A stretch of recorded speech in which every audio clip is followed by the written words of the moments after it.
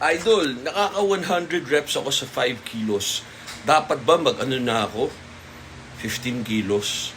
Pag ako'y tanungin mo, check mo sa sarili mo kung kaya mo pa rin na at least proper form na 8 to 12 reps dun sa 15 kilos. Baka naman sumakit, kasok-pasuan mo, hindi muscle. Baka hindi mo makontract yung muscle.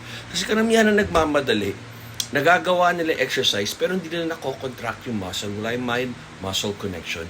Ngayon, ang pinakamalaking katawan ko, pinakamababang body fat, hindi ako nagda-diet. Pero yung mind-muscle connection, mas malakas.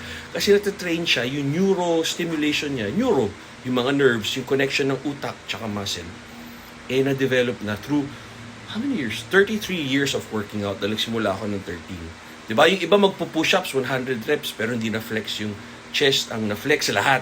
Ako, pag nag-chest ako, flex talaga yung chest. Yun yung pump na pump. Pag nag-back ako, yung back talaga, yung lats. Pag nag-abs ako, abs talaga. So, yun yung pinagkaiba. Yan ang pinagkaiba ng beginner sa intermediate, sa advanced, na nag-workout. So, ang laki ng jump ng 5 kilograms to 15, 10 kilograms. Ilan yun sa pounds? Times 2.2 pounds.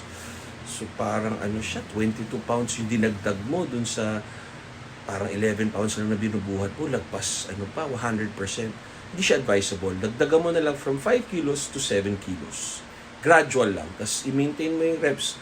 Huwag ka bababa na 15, huwag ka tataas ng 25. Kung kaya mo 15 reps sa proper form, dun. Kung anong weight man yun.